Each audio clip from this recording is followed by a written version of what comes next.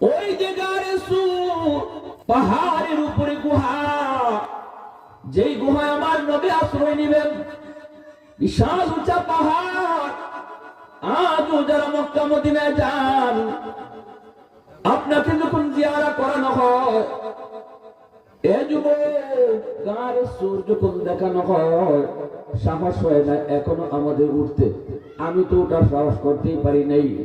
এত উঁচা পাহাড়ের উপরে গুহাটা।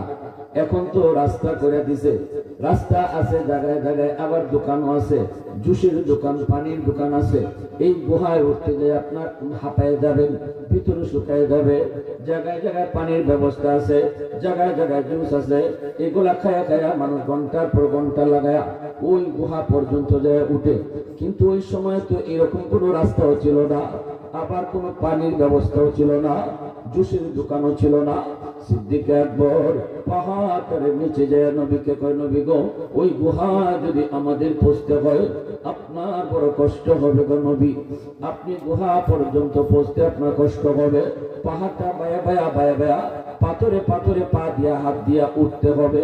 নবী গো, আপনার কষ্ট হবে। আমাকে তওবাকারী গিয়ে কইব, আল্লাহ আমি তো এত নেকি করছি না, এই নেকি আইলো কোত্থেকে? আল্লাহ আমি তো অত নেকি করছি না, এই নেকিগুলো আইলো কোত্থেকে? তখন আল্লাহ কইব, বান্দা ওয়াজ মাহফিলে বইয়া তুমি আমার একজন নবী, নায়েবে নবীর কথা শুনিয়া তুমি যে দিলে দিলে তওবা করছিলা, ওই তওবাটারে আমি আল্লাহ পছন্দ কইরা তোমার জীবনের গুনারে আমার পক্ষ থেকে নেকি বানিয়ে দিছি। এজন্য তওবাকারী তওবা করার লগে লগে সে পিছনে যত বড় গুনাহগার থাকে, তওবা করার সাথে সাথে সে তত বড় ওলি হয়ে যায়। কি ভাই, যত বড় গুনাহগার তওবার কারণে তত বড় ওলি। এমন পাওয়ার আল্লাহ তওবার মাঝে রাখছেন, এমন পাওয়ার।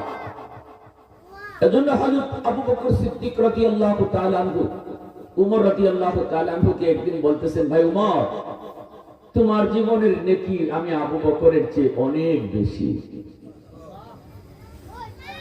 হযরত ওমর বলেন, ভাই আবু বকর, এটা কোন যুক্তিতে বললেন, কোন দলিলে বললেন? আপনি তো বলেন উম্মতের ভিতরে সবচেয়ে বড়, আপনার সমান কেউ না, নবীর পরেই হলো আপনার মর্যাদা। তাহলে আমি উমরের জীবনের নেকি কেমনে বেশি হয়? দলিল কি? আবু বকর সিদ্দিক বলেন, ভাই ওমর, আমি এমনি এমনি বলি নাই, দলিল দিয়েই কথাটা বলছি। কি দলিল? দলিল হলো আল্লাহর কোরআনের আয়াত। কোন আয়াত? ইল্লা মান তাবা ওয়া আমানা ওয়া আমিলা আমালান সালিহা ফাউলাইকা ইউবাদদিলুল্লাহু সাইয়্যাতিহিম হাসানাত। আল্লাহ এই আয়াতের ভিতরে বলেছেন, তওবা করার লগে লগে আল্লাহ পিছনে এসে যত বড় গুনাহগার হয় তত বড় ওলি আল্লাহ তারে বানায় দেয়। একটু বলো তো, ইসলাম গ্রহণ করার আগে তুমি আমার মতোই গুনাহগার আসলে না আমার থেকে বড়? হযরত ওমর কে আপনার থেকে আমি গুনাহগারের দিক দিয়ে বড়? ওই ইসলাম গ্রহণ করার আগে তোমার জীবনের গুনাহ আমি আবু বকরের চেয়ে অনেক বেশি। বলে হ্যাঁ, কথা ঠিক। ওই ইসলাম গ্রহণ করার পর তওবার কারণে আল্লাহ তো তোমার জীবনের ওই গুনাহগুলিকে আল্লাহ নেকি বানায়া তোমার নেকিও বেশি বাড়ায়া দিছে। ইসলাম গ্রহণ করার আগে তুমি যেমন ছিলে আমার চেয়ে অনেক বড় গুনাহগার, ইসলাম গ্রহণ করার পরে তওবার কারণে আল্লাহ তো তোমাকে এখন নেকির দিক দিয়েও আমার চেয়ে বড় বানিয়ে দিছে। আল্লাহু আকবার বলে কোন। এই হলো আল্লাহর কোরআনের আয়াত, দলিল। এই দলিলের ভিত্তিতে আমি বলতেছি, তুমি ওমরের জীবনের গুণ নেকি আমি আবু বকরের চেয়ে অনেক বেশি। এই কথা বলা মাত্রই হযরত ওমর চুপ হয়ে গেলেন, আর কোনো কথা বলতেছেন না, কোনো যুক্তি দেখান না, কোনো তর্কেও গেলেন না। কারণ মুসলমান মুমিন যখনই শুনবে আমার আল্লাহর কথা, যখনই শুনবে আমার নবীর কথা, যখনই শুনবে কোরআনের আয়াত, যখনই শুনবে আমার নবীর হাদিস, তখনই নিজের যুক্তি এখানে বাতিল, নিজের বুদ্ধি এখানে ফেল, নিজের পণ্ডিতি সব বাতিল। আমার কথা কথা নয়, আল্লাহর কথাই কথা। আওয়াজ আসতে হয়েছে, জুড়ে বলেন, জুড়ে বলেন। আমার মতে মত নয়, নবীর মতে মত, এর নাম উম্মত। সবাই কোন আমার মতে মত নয়, আমার মতে মত নয়, নবীর মতে মত, এর নাম উম্মত। আমার যুক্তি, আমার বিবেক, আমার বুদ্ধি, আমার পণ্ডিতি সব কিছু চলবে যখন আল্লাহ রসুলের কথা পাবো না। যখনই আমি আল্লাহ এবং তার রসুলের কথা পেয়ে যাব, তখনই আমার যুক্তি বাতিল, আমার পণ্ডিতি বাতিল, আমার বুদ্ধি বাতিল। আমি যত বড় বুদ্ধিজীবী হই, আমার আল্লাহর কথার সামনে আমার বুদ্ধিজীবী মোটের কোনো দাম নাই, ঠিক না? আমার বুদ্ধি, আমার যুক্তি, আমার বিবেক যেখানে যে শেষ, এখান থেকে আমার আল্লাহর কথা শুরু। আমি যত বড় পণ্ডিত হই, আমার পণ্ডিতি যেখানে যে শেষ, এখান থেকে আমার রসুলের কথা শুরু। এটা মানতে পারলে উম্মত, না মানতে পারলে উম্মত না। কথা সাফ সাফ, ঠিক কিনা জোরে বলে, আরো জোরে কর। ভাইরা আমার, এবার দেখা যায় হলে তোমার বলতেছে, ভাই আবু বকর, ও ভাই আবু বকর, এত সুন্দর করে তুমি দলিল দিয়ে বুঝাই দিছ, ঠিক আছে, আমি এখন কোন তর্কে যাব না, আমিও বত্রিশ যুক্তিতে যাব না। তাহলে আসো আমরা জীবনের নেকি বদলা বদলি করি। আমি ওমর আমার জীবনের নেকি তোমাকে দিয়ে দেব, তুমি তোমার জীবনের নেকি দিবানি। যদি এমনই হয় যে আমার নেকি বেশি আর তোমার নেকি কম, মানলাম, আমার কম নেকি বলা, তোমার কমটা আমারে দিয়ে দাও, আমার বেশিটা তুমি লয়ে যাও। আবু বকর চুপ হয়ে গেছে, নীরব হয়ে গেছে। এবার হয়তো তোমার ক্ষয় লাগবে না, সব নেকি লাগতো না, তোমার জীবনের এক রাতের নেকি আমারে দেবে। সুবহানাল্লাহ, আরেকটু আস্তে করো, আরো আস্তে। এ ভাই আবু বকর, জীবনের নেকির প্রয়োজন নাই, শুধু এক রাতের নেকি আমি ওমরকে তুমি যদি দিয়ে দাও, আমি ওমর আমার জীবনের সব নেকি তোমাকে দিয়ে দেব। এই কথা বলতে হলো আবু বকর বলতেছে, এটা কোন নেকি, এটা কোন নেকি, এটা কোন নেকি, একটু বলো, কোন নেকি তুমি একটু বলো, কোন রাতের নেকির কথা তুমি বলতে চাও বলো। এই কথা বলতেই হলো তোমার বলে, সেই রাতটা হলো আমার মায়ের নবীর সাথে যেই রাতে তুমি মদিনায় হিজরত করেছিলে, ওই রাতের নেকিটা শুধু আমাকে দিবানি গো, আমি ওমর আমার জীবনের সব নেকি তোমাকে দিয়ে দিব। सिद्दीक तेरा नाम से इस्लाम रहेगा, सिद्दीक तेरा नाम से इस्लाम रहेगा, दुनिया की सदाकत में तेरा नाम रहेगा, दुनिया की सदाकत में तेरा नाम रहेगा, फारूक तेरा नाम से इस्लाम रहेगा, दुनिया की अदालत में तेरा नाम रहेगा, दुनिया की अदालत में तेरा नाम रहेगा, उस्मान तेरा नाम से इस्लाम रहेगा, दुनिया की सखावत में तेरा नाम रहेगा,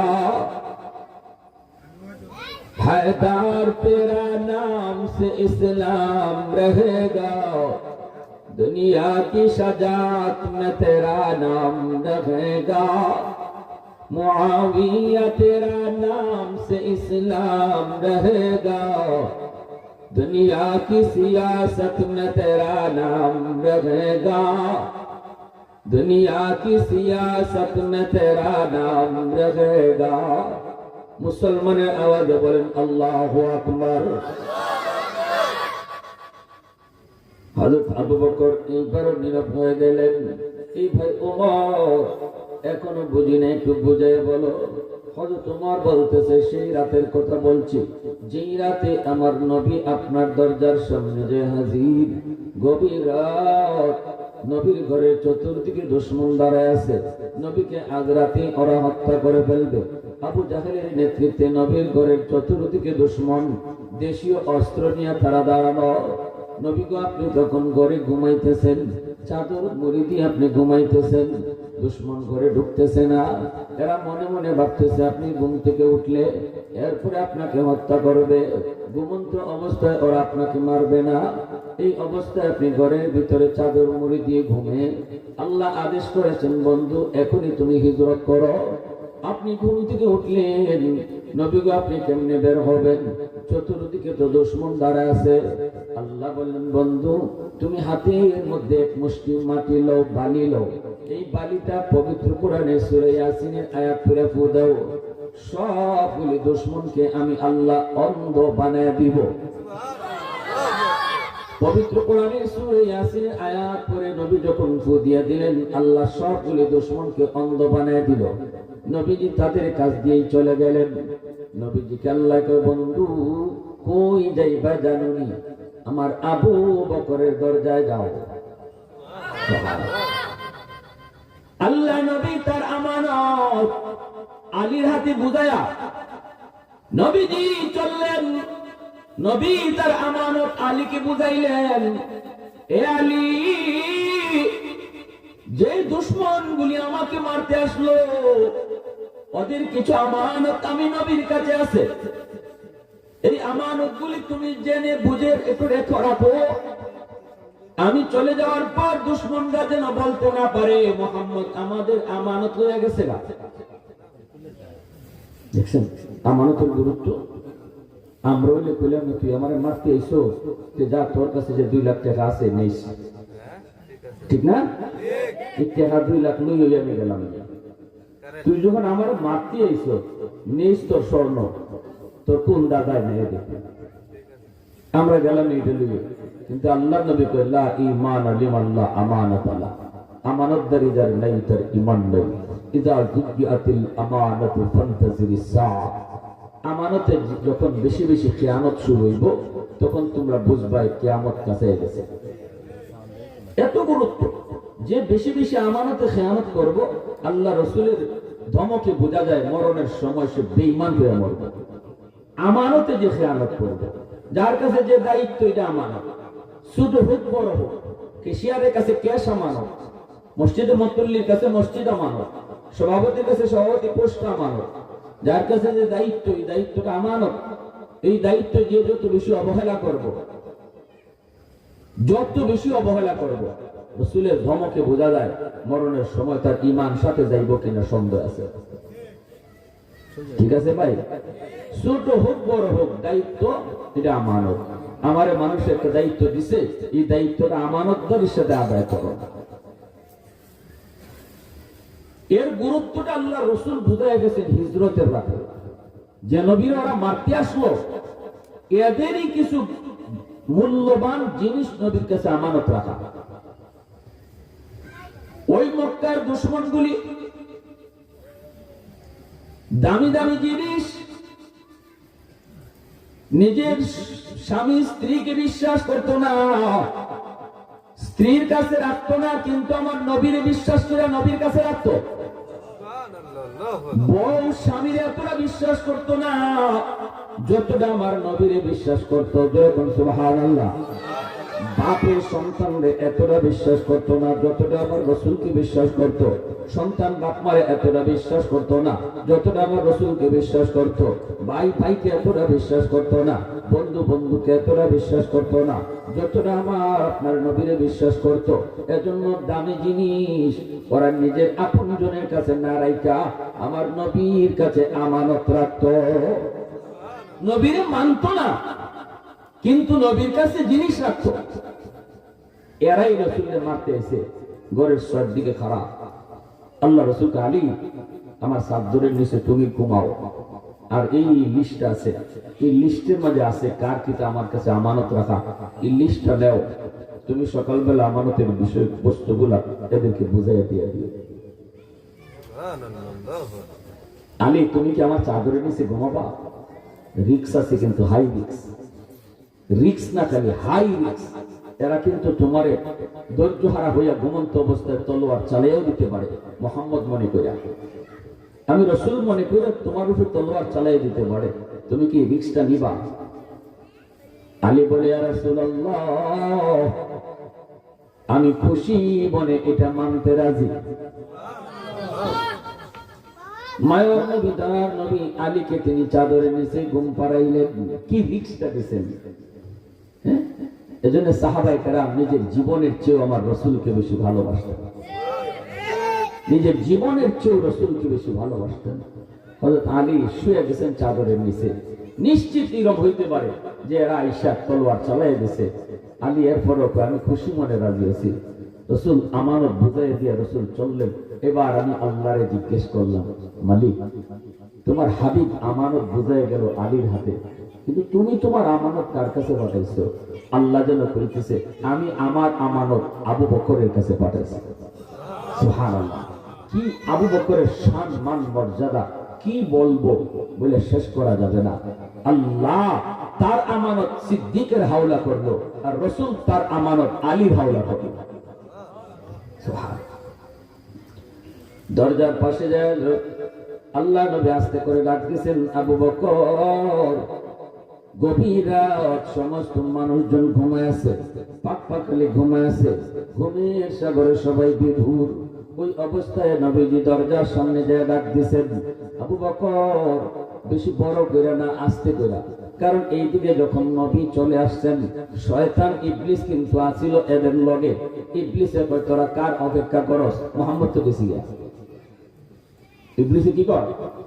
মুহাম্মদ তো গেছে। এরা কই গেল? তোরা যখন চোখ কি ফরসে কইয়া চোখ কসলাইতেছ, সবে এই ফাঁকিতে তোমরা কাজ দিয়ে চলে গেছে। কারণ রাসূল যে বালু মারছেন, এই বালুটা আল্লাহ সবগুলো দুশমনের চোখে ফেলাই দিয়েছে।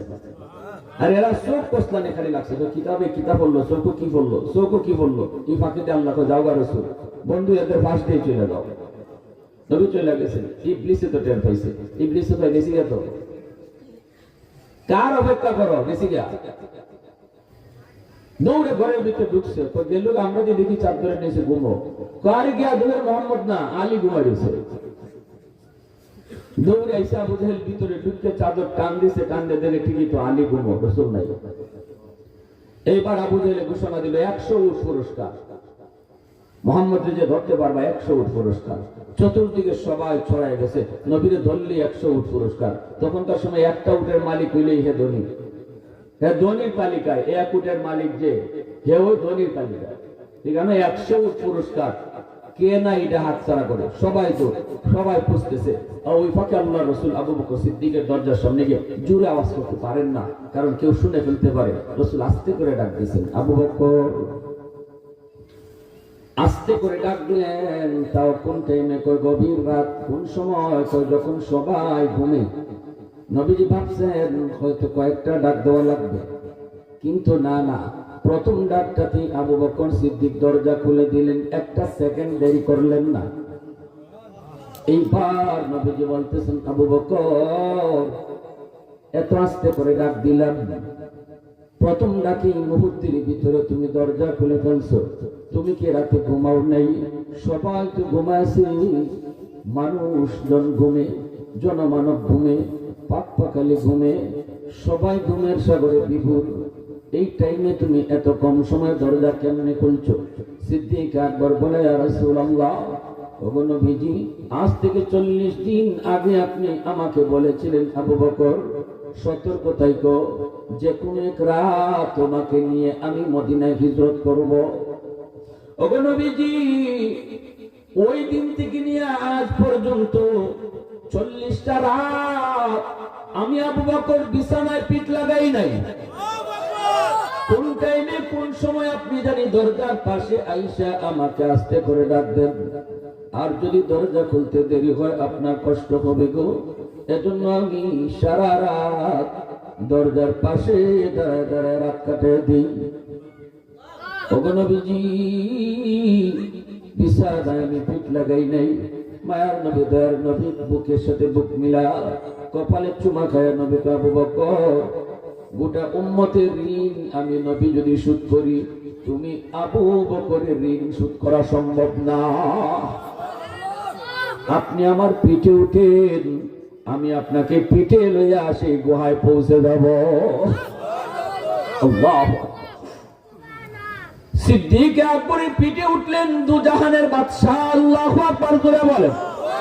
দু জাহানের বাদশাহ আবু বকর সিদ্দিকের পিঠে। নবী যখন যার পিঠে উঠেন সেই সবার আগে চলে যায়। বুরাকের পিঠে নবী উঠছেন, বুরাক সবার আগে চলে গেল। হিজরতের রাতে নবী আবু বকরের পিঠে উঠছেন, আবু বকর উম্মতের মধ্যে সবার আগে চলে গেল। পাহাড় বেবে, সেই পাহাড় পাথর বেবে আবু বকর নবীকে পিঠের মধ্যে নিয়ে সেই গুহার মুখে যায় বসলেন। উমর কথাগুলি বলতেছে, উমর স্মরণ করে দিতেছে আবু বকর সিদ্দিককে।